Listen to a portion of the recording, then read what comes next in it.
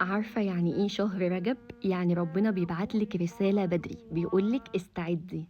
شهر رجب واحد من الأشهر الحرم، شهر تعظيم، شهر تهيئة، شهر ترتيب، ترتيب لقلبِك ولعلاقتِك بربنا، ترتيب للي فات وضاع منِك من غير ما تحسي بيه. مش مطلوب منِك في رجب تعملي كل حاجة، لكن مطلوب إنِك تبطلي الغلط اللي أنتِ عارفة إن هو غلط. ابدئي ضيفي لنفسِك عبادات جميلة، زي كف الأذى. خدي عهد على نفسِك مش هتجيبي سيرة حد ولا تغتابي حد ولا تنمي على حد ولا تعملي مكايدة في حد.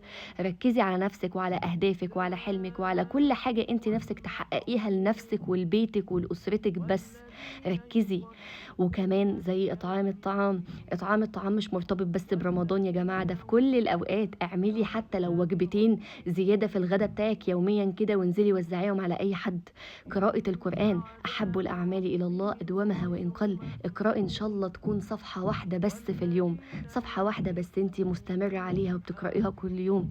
ادعي لنفسِك بالخير وبالبركة وبالرزق، وركزي على أهدافِك وحلمِك. ما تركزيش مع حد إلا نفسِك أنتِ وبس. وربنا يرزقنا جميعًا ويبلغنا كده رجب إن شاء الله وشعبان ورمضان وكل الأشهر اللي إحنا بنحبها. واشتغلي على نفسِك، ركزي على أهدافِك وبس كده.